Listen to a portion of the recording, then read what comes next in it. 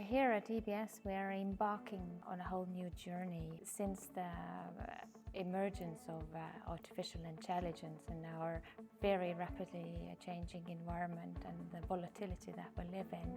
It is our duty to be talking about the interplay of data, information and urban design as the physical world we live in.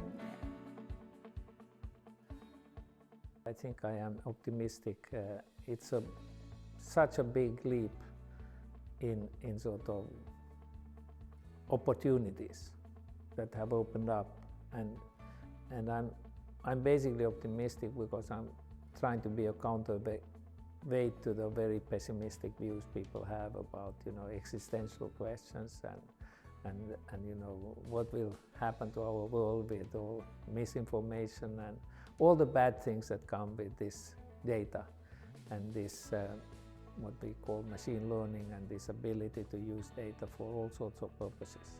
No on näha, et üha enam on ettevõtete jaoks oluline mõelda, kuidas nende äriprotsesse mõjutab tehisintellekt. Et nii mõnigi ärimudel muutub tänu tehisintellekti kasutuselevõtule.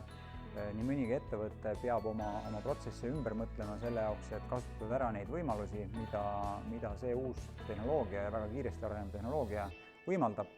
Sest kui sina seda ei tee, siis teevad seda konkurendid ja sina jääd kaotajaks selles võidujooksus.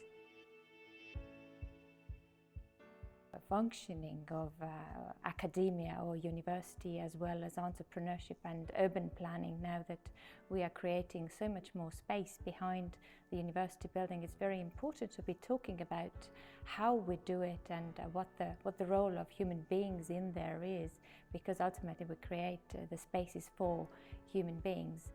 Ma arvan, et EBS läheneb nii tudengite harimisele kui ka üldse oma väärtuspakkumises väga õigesti.